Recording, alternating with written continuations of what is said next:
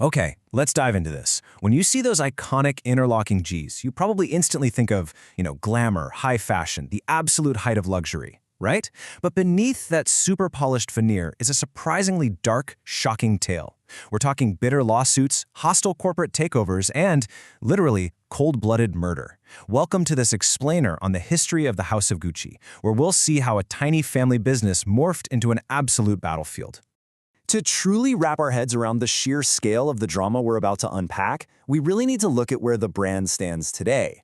Right now, Gucci has this massive, totally mind-boggling modern valuation, currently estimated at a whopping $22.6 billion. It's an undisputed global mega-brand. But if we pull back the curtain, we're going to find an extremely messy and volatile history that honestly almost destroyed that entire fortune before it was even fully built. So how on earth did this luxury empire actually survive decades of intense family feuds, hostile takeovers, and, well, actual murder? The unbelievable reality here, and what we're going to uncover, is that the brand's greatest asset, and absolutely its greatest existential threat, was always the Gucci family itself. It's just a crazy, fascinating look at how mixing family and business can create a highly combustible environment. There's this old Italian proverb that hits the nail on the head. It goes, when it comes to family businesses, the first generation builds, the second expands, and the third destroys. And you know what? That perfectly outlines the almost Shakespearean three-act narrative we are about to explore in this explainer. The history of Gucci follows this proverb to an absolute T. Act 1. The Builder. Let's look at the humble origins of Guccio Gucci. To understand this massive empire, we have to start with Guccio's incredibly gritty beginnings. Raised in Florence, his parents' small straw hat shop actually went completely bankrupt, leaving a young Guccio totally penniless. So, desperate for work, an 18-year-old Guccio packs up and moves to London. He takes a job as a bellhop at the famous Savoy Hotel, and later for a train company. And it's there he spent his days really observing the rich and famous guests. He noticed something pretty clever. Their expensive luggage wasn't just functional, it was a huge status symbol, separating the haves from the have-nots. He realized if he could cater to these high-end customers, he could build something lasting. So he returns to Italy, learns the leather trade, and finally, in 1921, at the age of 40, he opens his own small shop in Florence. And honestly, he barely survived those early debts, leaning heavily on a loan from his son-in-law just to keep the lights on. Act 2. The Expanders. How three brothers conquered the world.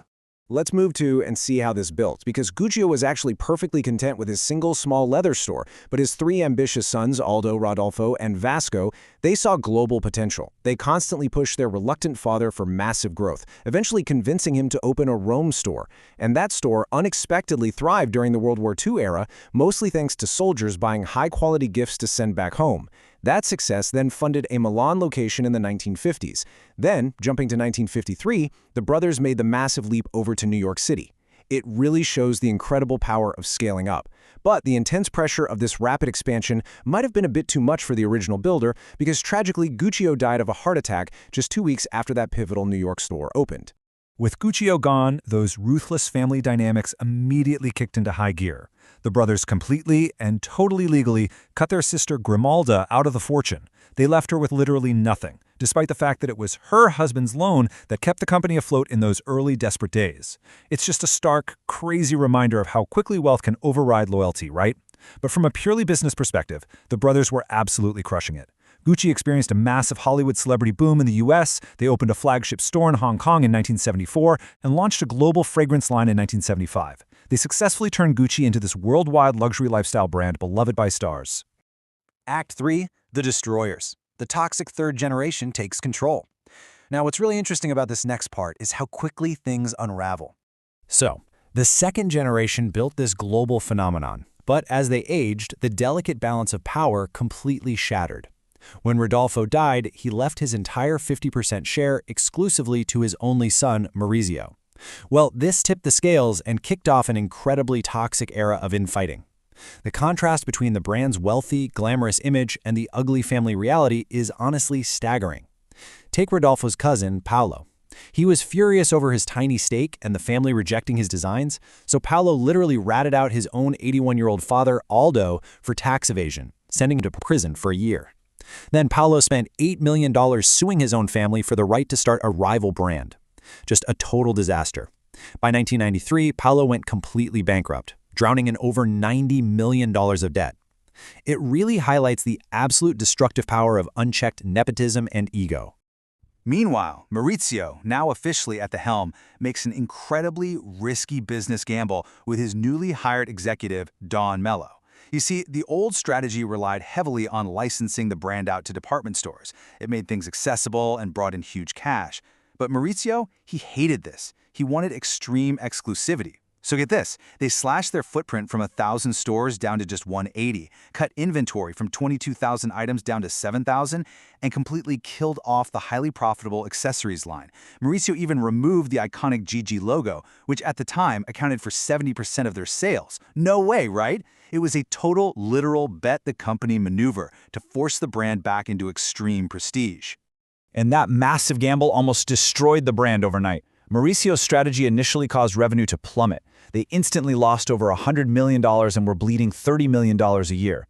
On the verge of total bankruptcy, Mauricio was forced to sell his 50% stake to the investment firm Investcorp for $150 million.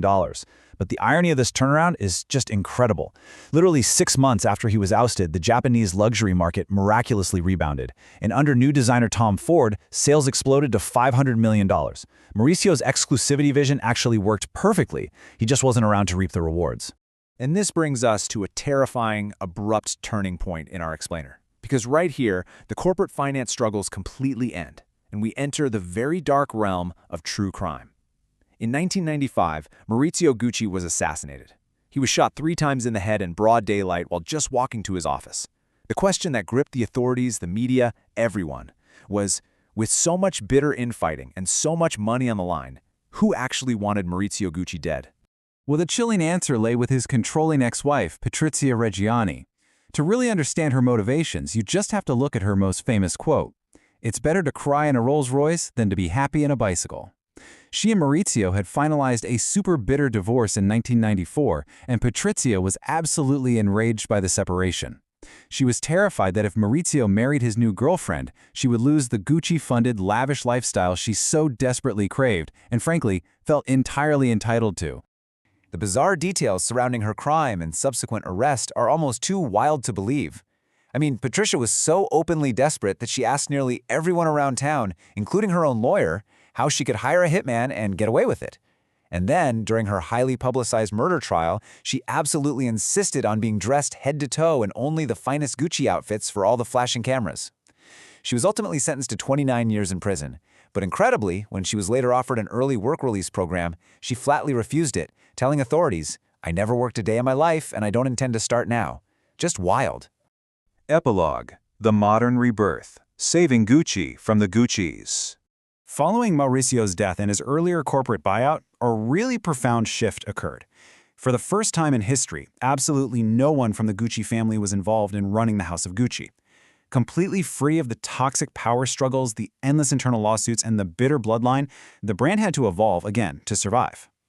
Investcorp ended up making a staggering $2 billion profit on the highly successful Gucci IPO, but a luxury market crisis in 1997 caused the stock to dip, which led the mega luxury conglomerate LVMH, led by Bernard Arnault, to attempt a hostile takeover.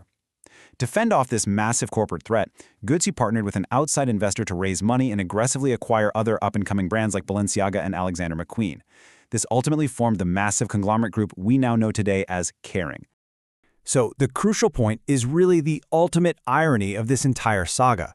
To save the Gucci empire, the company literally had to rid itself of all the Guccis. Achieving today's 500 global stores, the mega profitability, and the undeniable cultural relevance required completely excising the very family that started the whole shebang in that tiny Florence shop. Which leaves us with this pretty provocative final thought. Look at what they've built, and look at the brutal internal destruction it actually took to get there. Would the $22.6 billion Gucci brand have survived at all if the family had actually stayed in charge? It's a fascinating look at the dangerous mechanics of family businesses, the true price of extreme luxury, and how a legacy is sometimes built by those who inherit absolutely nothing. Thank you so much for joining me for this explainer. I really hope this deeper dive changes how you see those interlocking Gs the next time you walk past a storefront.